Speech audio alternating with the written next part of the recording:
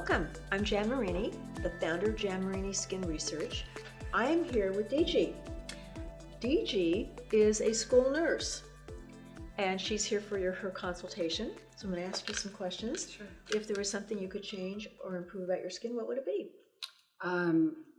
The hyperpigmentation, so Okay. melasma, the bits of rosacea.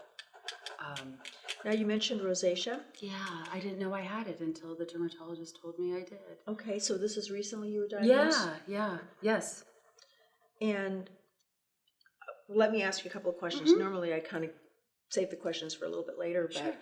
so are you a flusher blusher? Like if you drink a glass of red wine or you have spicy food, do No. you flush or blush? No. So what was it that they based the diagnosis on? I think he was just looking at my skin and seeing that there was some red spots. I don't know. I didn't ask the physician. I always thought I just had the melasma, which was, in certain spots. But I was surprised myself about the rosacea. And this was a dermatologist that diagnosed you? Yes. And And so did you have what's called telangiectasia? In other words, do you have a lot of dilated capillaries? Is that what they were looking at? No, but I don't know if it had something to do with, I did have hyperplasia of the sebaceous glands, and I don't know if that had something to do with the rosacea or usually not. Usually those two aren't related. Yeah. So, but so there was nothing in particular that the dermatologist said to you that indicated why he or she thought you had rosacea? I didn't ask. Okay. Did they give you something for the rosacea? They had a prescription of Phoenicia. Yes. Phoenicia. Yes. I could spell it, probably not pronounce it though. Exactly. So I've just recently started taking that. It's just once every other day just to see how I tolerate it. Okay. Yeah. So this is a topical. Yes. It shouldn't be anything that would really... A topical prescription, yeah. It shouldn't be anything... Phoenicia is actually 15% azelaic acid, and it was is it a gel or a cream? Yeah, it's the gel. Okay, it's a gel. And usually it's not something that causes the skin to become drier or anything like that, and you can use it with other products, so it shouldn't bother your skin. What else would you like to change or improve? Well, I have had some procedures like a laser and stuff, so to help improve the texture of my skin, the pores, fine lines. So what I'm also hoping to do is find products or find a regimen that could continue to be synergistic with the procedures that I've had. Okay. So to kind of maintain that and improve it further. Yes, absolutely. And if there is a synergistic effect between a product and, the lasers or the different procedures, but for sure, at least to stretch out what I've done. Okay. So, what type of skin do you think you have? Do you think it's more normal, combo, oily? How would you categorize it? I thought before, I had super oily skin, but I've heard you speak to other people before, and you've said, well, do you just need to kind of, touch up?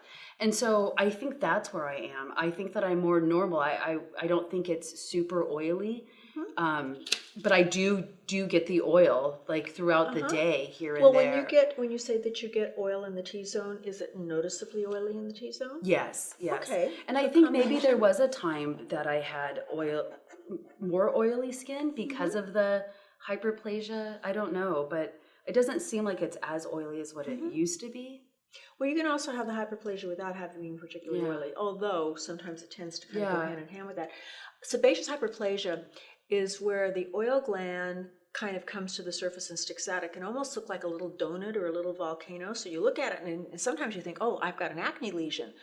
But there's actually a sort of a little bit of a rim around it with kind of a dip in the middle. And it's not anything that you can squeeze. It's nothing that you can I'm sure you've probably been there. Yeah, you can try to scrape it off. There are a number of things that some physicians do, and sometimes they work and sometimes they don't work. Yeah. So Electro Desiccation, which is something that Degie has had, is where they take a little tiny needle and they just kind of barely touch it, and to I guess you could say to resolve that the raised part of it, and to hopefully kind of Shrink it, exactly. Right? Yeah. Sometimes it works really well, sometimes it doesn't. Some doctors will do peels. Sometimes they feel TCA peels work. Some people feel that if you go and you have Fraxel, which is a resurfacing laser procedure, that helps. There's all kinds of things, but it's a really difficult one to address. So anyway. Yes. So they were removed, but ideally too, like for example, it would be Mm-hmm. nice to have a product or have things to use that could prevent them from reoccurring as much as you can, right? As much as if that's possible. So have you ever been a smoker? No. Okay. How about sunbathing? Yes, when I was younger. Okay. But sunscreen probably since I was in my mid-20s. Okay, so mainly as a teenager you were a sunbather? Yeah, from the time I was 8, probably. I was from a child. I grew up here. They're pulling it back. Well, you mentioned that you're from Monterey, or you lived in Monterey for a lot of years. Yeah. And there's not not it's as a little much. hard. Yeah, Monterey. For those of you aren't familiar with Northern California, I actually lived there for quite a few years and kept waiting the entire time for summer to arrive. And I remember keeping my fireplace on in August. One August, there was not one day with any sun. It was completely foggy and overcast. I had the fireplace going every single day. That's summer in Monterey, but no, I grew up here in the San Jose area. So okay. Yeah. So you got a lot more sun. So sun worshiper, yes. Okay. So tell me what you use on your skin. What do you wash with in the morning? Okay, so before it was Cetaphil. So it's Cetaphil, and I just started using this Demira, which is a brightening skin bar. And I do that twice a day. And then, the brightening skin bar, is that something that you got from a professional, like a physician's office? Yes. A physician had recommended it to me. So, so the Cetaphil and that, but I haven't gone. But for the longest, Derma, like DERMA. Yes, DEMIRA. It's got the Demira. kojic. Yes, kojic acid. It's that lightener. I think it's that. I forgot what else. Comes from mushrooms. Yeah. Okay. So that, and then what else? Okay. Then what do you do after you wash? I put on my Phoenicia. And I haven't though in a couple of weeks, but I usually would do my Retina A too. Okay, so I haven't done during these. the day. This is in the evening. Okay, I'm sorry. I apologize. So what do you do after Phoenicia during the day? What do you do next? I don't even do the Phoenicia. I apologize. I don't do the Phoenicia during the day. So it's just a Cetaphil sunscreen. Okay. Sorry about that. And what is the SPF in your sunscreen? It's got to be 50 or 55. I use a couple. So I have La Roche-Posay, I think there's an Elta MD, and then there's one that I just bought that's tinted. It's AVENE. It's a French one that I like. Okay, Avene. So Avene, is that how you say it? Or that's it. Okay. And then at night you use the Cetaphil again? Yes. Cetaphil. Yes. Okay.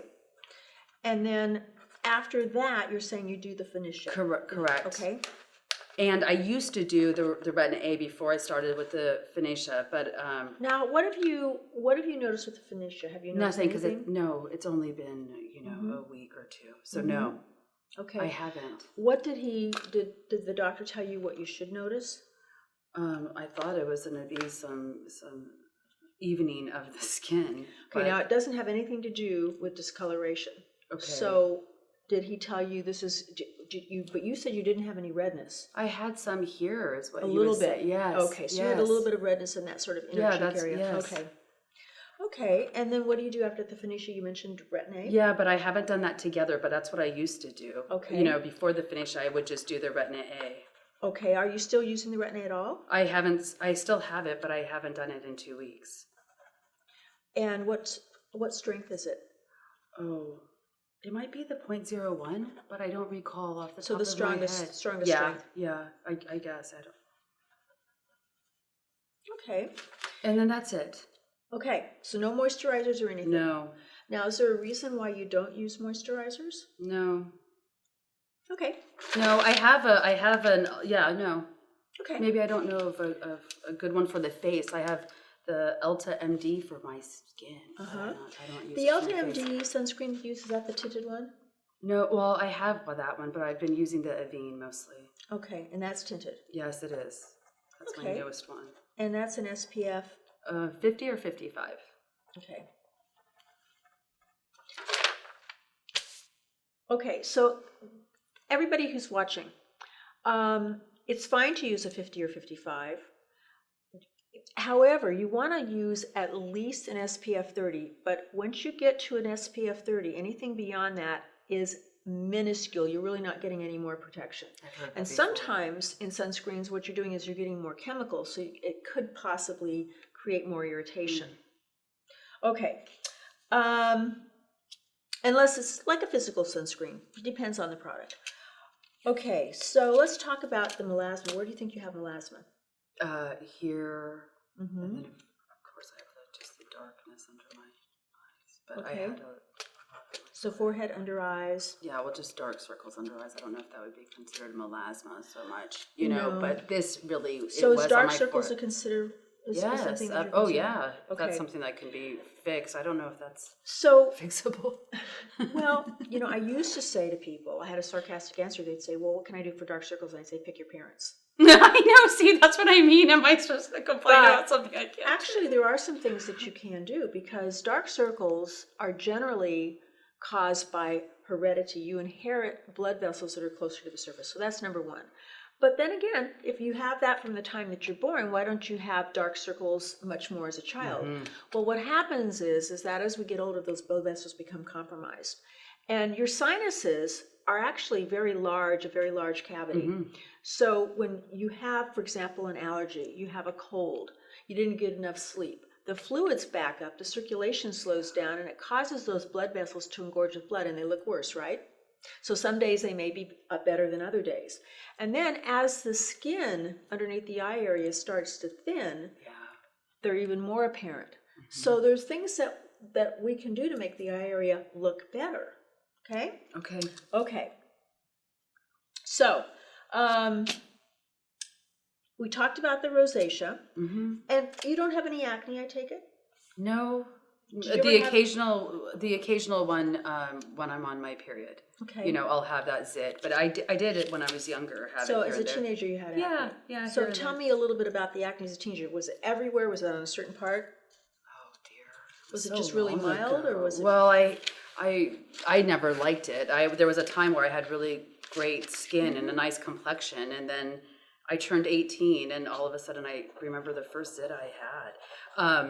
But then I actually went on, oh my goodness, what is it called? That vitamin A derivative? Accutane? Thank you. Oh, so you went. But it wasn't cystic and it wasn't totally severe, but I really wanted to try to nip it in the, the bud at that time. So I didn't stay on that for more than 2 or 3 months because I just didn't tolerate it. But this was this was over 20 years ago. Yeah, a long time. And are you happy with the texture of your skin, your pore size, that type of thing? Ideally, smaller is better. Okay. I have done the 3 Fraxel lasers and stuff to obviously try to minimize those and to improve the texture. So again, if there's other things that I can do to keep the benefits, alive with what I've done, that would be helpful. Okay. So what we're talking about is skin rejuvenation. You've heard me say this before, but when I use the term skin rejuvenation, I'm really talking about not just fine lines and wrinkles. That's what most people think of skin rejuvenation. But I'm talking about whether it's discoloration, whether it's about mild to moderate acne, rosacea, it's the appearance of fine lines, it's texture, it's everything. Because people want skin that just looks glowing. They want it to look healthy. They don't want to have to worry about, well, do I have to put a lot of makeup on to achieve that look? So that's kind of what we're going for, nice refined appearance of the skin. Yeah. So that's what we're gonna focus on. And generally, when we talk about skin rejuvenation, the biggest component of that is resurfacing. So resurfacing is another term that I've coined that addresses all of the appearance of all of these sort of skin concerns that people generally have. Again, whether it's discoloration, whether it's pore size, fine lines, all of that. And generally, what we want to do is use an acid or a combination of acids. And what these acids are able to do is they dissolve or dislodge the glue-like substance or cellular cement in between cells. They cause the cells to lift off. As you age, a couple of things happen. First of all, the outside of the skin, the stratum corneum, which is a dead layer, and you said about 500 million cells a day, but you're not aware of it, they're microscopic, those cells don't come off as easily. That cell turnover slows down. And what happens is the cells can actually build up around your follicle openings, they can make your pores look larger, they make the skin look duller, and actually sometimes you think your skin is drier, but what happens is that dead layer actually can harden and cornify. When you wash it, it'll feel kind of soft right afterwards, but as soon as the water evaporates, it shrinks up and it gets hard again. So what we want to do is we want to remove that dead layer, but we don't want to use scrubs and things like that because they can cause microscopic tears in the skin, and they can actually create inflammation and create other problems. So again, we can dissolve and dislodge the glue-like substance or cellular cement. Now, they also have the ability to get into the follicle. And as we age, a couple of things happens in terms of follicle size. One, if you have a tendency to acne, the retentive material in the follicle causes the follicle to dilate, and that makes the follicle look larger. Secondly, collagen, your dermis is about 80% collagen. Collagen creates a girdle around your follicles. As you have less collagen, then your follicles can kind of get, for want of a better word, they kind of get flabby. So what we want to do is we want to make that stratum corneum very thin and compact, but we want to have a nice plump dermis. And that can make a real difference in the appearance of your skin. And we want to be able to, at the same time, kind of even out the skin tone, just make your skin look brighter. We want to address the appearance of some of the superficial fine lines, those kinds of things. Okay? Yeah. That sound good? Yes, that really didn't happen. My goodness, yes. Okay. Yes. So what I'm going to do... Plump up collagen too, if you can, right? What I'm going to do is, first of all, I'm going to put you on the skincare management system for the Normal Combo Skin. Okay. And this is a little bit more than what you're using, but what you're doing right now is you're really not doing anything at all in terms of resurfacing or and hydration.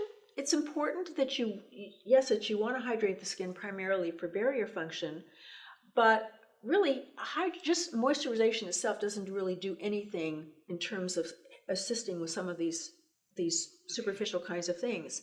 So we want to actually have you use topical agents that can really make a difference in the appearance of the skin and the appearance of the pore size and all that. Okay.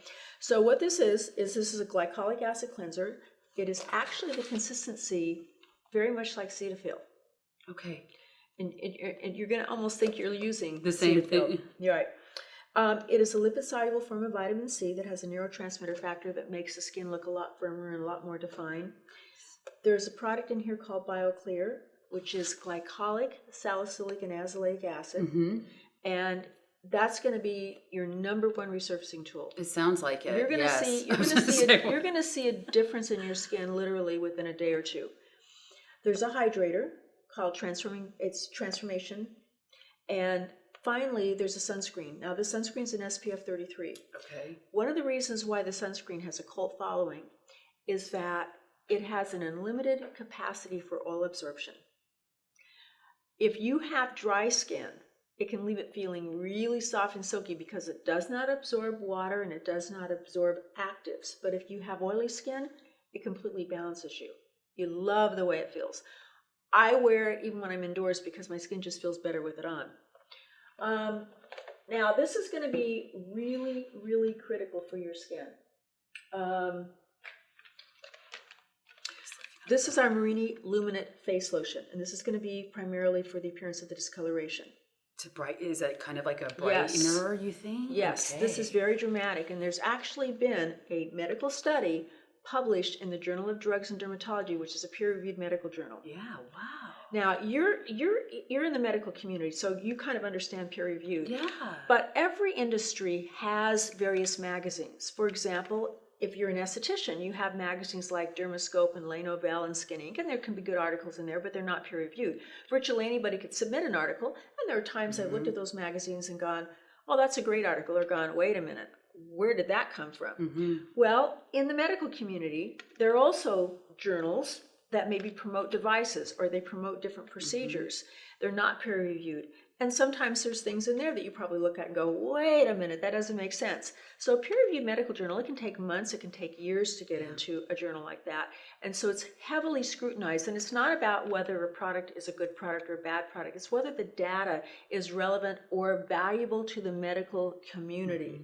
And that it's something that is going to provide insight. And so usually that's why you see things that are in there that have to do with whether it's cancer drugs or some breakthrough for psoriasis or whatever. And so we've actually been in the Journal of Drugs and Dermatology, it was a study that was published that went head-to-head with 4% hydroquinone. No kidding. And we won. No So, kidding. This is a really... Because I've used hydroquinone before. This is a really, you're really going to see a great result with this. Oh my goodness. So skincare management for normal combo. Now this also has retinol in it. So you only do you recommend that's just only in the evening, or do you recommend that twice a day with the sunscreen? It really depends on the person because we the usually retinols. start you off in the evening. But in many cases, sometimes people work into using it day and night. It depends on the person, and it just depends on, I always say that you want to be aggressive in terms of resurfacing, getting the skin to look just really glowing. But there's a tipping point. Right. You don't want to go over the edge. Well, and so because there's a difference between being really resurfaced and glowing and having inflammation. So that's going to be a really, really key product for you. And the other thing that there's a couple of things I'm going to recommend for future consideration, but first I want you to get acclimated to this. But I'm going to recommend something called Hyla 3D, and we can talk about that, and I'm going to recommend something called Cleanzyme and Skinzyme. And why are you recommending those two? Well, Cleanzyme and Skinzyme is actually a proteolytic enzyme. It's a type of green unripened papaya. It's about 50 to 100 times stronger than ripe papaya. And it can only go after dead or diseased tissue. For example, you said you've had Fraxel before. Correct. So when you're at that point in the Fraxel where you're a couple of days out and your skin's just kind of crusty and peely, you could do Cleanzyme and Skinzyme on it. It would go after the dead skin and it would not hurt your skin at all. Doctors use it all the time. But on a normal basis, and you can use it once a week, twice a week, 3 times a week. I use it literally every night, and I'm not saying everybody else should be that dedicated, but what it does is it digests the dead and diseased tissue. Now, a scrub doesn't know the difference between your live tissue and your dead tissue. And so what this does is this keeps you resurfaced, so your skin is constantly just working to look more youthful. And it makes you look like glass. It really does. It just gives you this very glassy, really nice appearance. Oh, wow. The Hyla 3D is a kind of a game changer in terms of hyaluronic acid. Now, hyaluronic acid is a really common ingredient.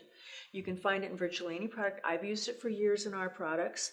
But this is something where generally the molecule for hyaluronic acid is very large, and it does absorb about 1 to 10,000 times its weight in water. So it's a great moisturizer as opposed to just keeping water from escaping the skin, but it's a large molecule that just sits on the surface. Nothing like having injectables.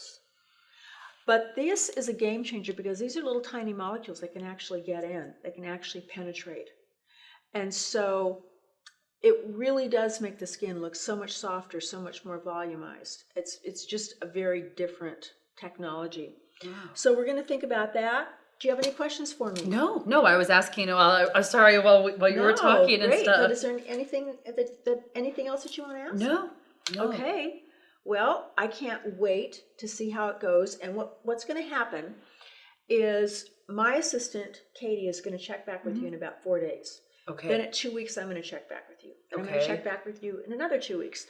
And it's so important because, you know, when you're out looking at products, it is so seductive. Nobody ever tells you that they have the second best product. And so you're listening to all of these claims, but what you want to do is you want to think about, what is it I want to change or improve? And is that product actually able to address that issue? And your life changes, the seasons change, so we may need to modify your program. Plus, I always say that a month from now, if you tell me my skin is the best it's ever been, I can get it even better. Oh. So I'm going to be excited to see how you improve. Oh, I am too. Okay. My goodness. So thank you so much for watching. Please remember to subscribe. I'll see you again later. Bye. Thank you, Jan.